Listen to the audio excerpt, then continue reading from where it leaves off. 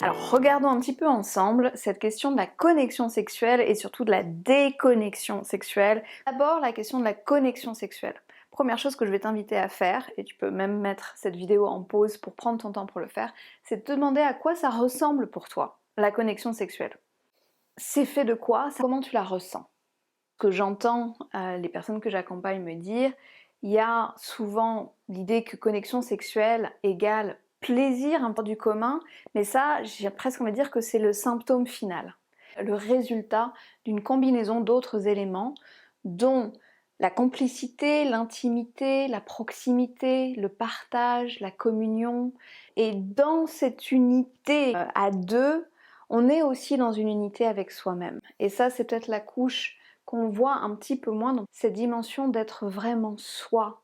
Pour être connecté à l'autre, il faut d'abord être connecté à soi, il faut d'abord être dans sa propre authenticité. Cette connexion intime, érotique, elle nous met en phase avec l'autre, elle signifie qu'on est en phase avec soi-même et il y a quelque chose qui circule. On a généralement l'impression que cette connexion vient d'une alchimie structurelle, naturelle entre les partenaires et qu'il faut trouver le bon ou la bonne personne pour vivre cette connexion et qu'une fois qu'on a trouvé le bon ou la bonne partenaire, ça va rouler pour toujours.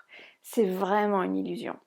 En fait, ce qui se passe, c'est que bien souvent, on est trompé par cette énergie de la nouvelle relation dont tu as peut-être entendu parler, qui nous met tous et toutes dans une forme d'érotisme assez similaire. On a l'impression de bien s'entendre, parce que dans ce moment-là, nos écarts sont réduits par cette énergie de la nouvelle relation qu'on partage. Mais quand cette énergie-là retombe, ce qu'il y avait en dessous, c'est-à-dire notre vraie nature érotique, qui est unique, refait surface. Et c'est là qu'on se confronte aux écarts, et c'est là que les problèmes commencent. Parce qu'en fait, presque tous les couples, en tout cas presque tous ceux que je rencontre, ont des érotypes différents, et c'est ça qui va créer des problèmes et des conflits quand c'est pas conscientisé. Alors juste au passage, sache que selon un sondage de l'IFOP, 74% des Français sont insatisfaits de leur sexualité, et quand je demande à mon ami médecin qui par curiosité, demande souvent à ses patients comment ça se passe dans leur intimité, on est plutôt proche du 95% d'insatisfaction, donc on est un petit peu tous dans le même bateau à ce niveau-là, pas de culpabilité à avoir, mais il y a néanmoins une responsabilité à prendre, qu'on va prendre en disséquant donc un petit peu le mécanisme de la déconnexion sexuelle. Comment on y arrive? En fait, ce que je vois se répéter, ce que j'ai vu dans ma propre vie clairement se répéter, et c'est vrai dans tous les couples, c'est un espèce de cercle vicieux, dont le point de départ, comme tu l'as compris, est l'écart, qui est quelque chose en fait de naturel, mais on l'oublie, et on a donc toutes, tous des besoins clés qui sont différents. On va rentrer dans le détail dans les érotypes, on a des libidos différentes, on a des rapports à l'initiative sexuelle différentes, la façon de demander ou de recevoir les demandes de l'autre, on a une érogénéité différente, c'est-à-dire besoin de stimulation physique différent, on a des pratiques sexuelles préférées, on met pas forcément le sexe à la même place, on lui donne pas forcément la même importance dans l'union amoureuse.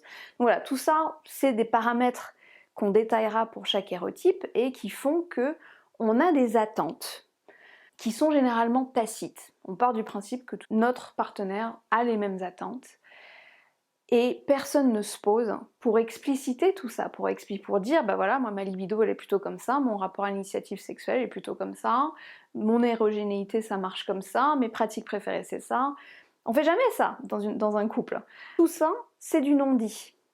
Et c'est ce non-dit là, cette façon de garder tout ça implicite, tacite, qui nous mène à la deuxième étape du cercle vicieux, qui est la déception. La déception, c'est ce qui vient quand les attentes ne sont pas comblées, et c'est quasiment impossible de combler ces attentes si elles ne sont pas explicitées. Ce qui se passe souvent, c'est que, alors déjà les écarts de libido sont mal vécus, on ne comprend pas pourquoi l'autre a moins envie que soi ou plus. Il y a des initiatives qui peuvent être mal reçues, avec soit trop d'initiatives de la part de l'autre, on se sent envahi, ou pas assez, on a une sensation de rejet. Il y a aussi évidemment toute la question des préférences de pratiques sexuelles qui sont bien souvent ignorées, ce qui rend l'acte sexuel un petit peu déphasé et frustrant. Donc à ce stade-là, même quand on a déjà vécu de la déception, on pourrait s'en sortir en communiquant. Mais ça se fait rarement et je reviendrai sur le pourquoi. Ce qui se passe le plus souvent, c'est qu'on arrive à la troisième étape qui est celle de la colère ou de la culpabilité, c'est-à-dire du jugement. C'est-à-dire qu'il y en a toujours un, voire les deux, qui est persuadé que l'autre n'est pas normal ou il ou elle n'est pas normal, on s'en veut ou on en veut à l'autre, de pas savoir intuitivement comment créer le paradis dont on rêve, parfois même on interprète les comportements de l'autre comme un manque d'amour, et en dessous de tout ça, il y a des peurs d'inadéquation qui s'activent, soit c'est moi qui suis pas adéquate pour l'autre, c'est l'autre qui est pas adéquat pour moi, du coup on remet en cause la relation, et on obtient un espèce de bouchon émotionnel interne qui est plus ou moins conscient et qui va se manifester dans l'étape suivante, la quatrième étape qui est celle du reproche ou du repli. Parfois les deux, ça va dépendre un petit peu de notre réaction réflexe face au danger, parce que cet écart, ces déceptions, cette colère, cette culpabilité, cette peur, ça devient du danger en interne. Donc du coup, soit on attaque l'autre, soit on fuit, mais dans les deux cas, on en arrive à la cinquième étape, qui est celle de la distance et de l'éloignement.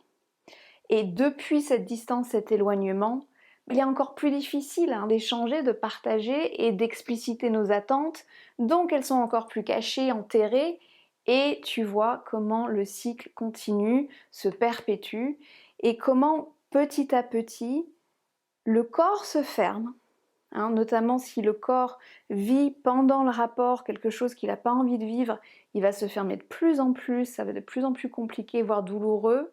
C'est comme ça qu'on en arrive à des dysfonctionnements érectiles pour les hommes, des douleurs pour les femmes, et puis aussi évidemment le cœur se ferme.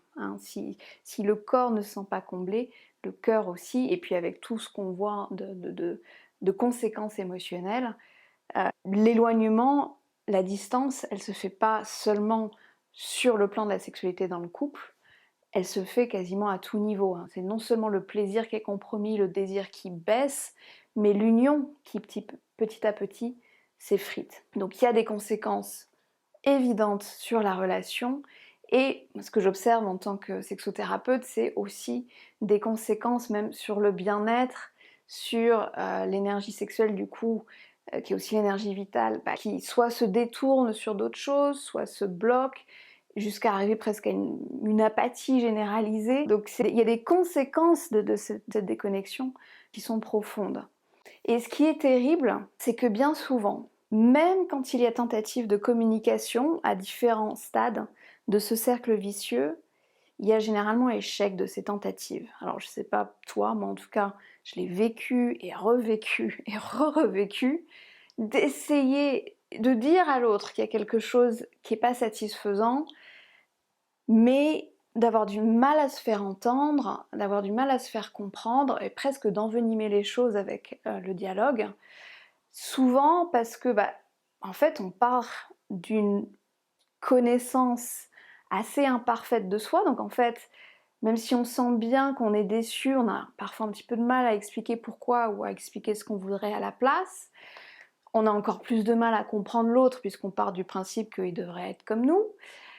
Parce qu'on n'a pas bien conscientisé les écarts et les différences, on a énormément de mal à en parler. Encore une fois, pas de culpabilité à avoir. En anglais, on dit « you don't know what you don't know ». Tu ne peux pas deviner ce qui ne t'a jamais été présenté, surtout dans ce domaine-là. C'est pas de ta faute, c'est pas de la faute de l'autre. Voilà, c'est juste un manque d'éducation qu'on est là ensemble pour transformer. Moi-même, il m'a fallu des années de recherche partout dans le monde pour comprendre tout ce que je vais te transmettre et formaliser.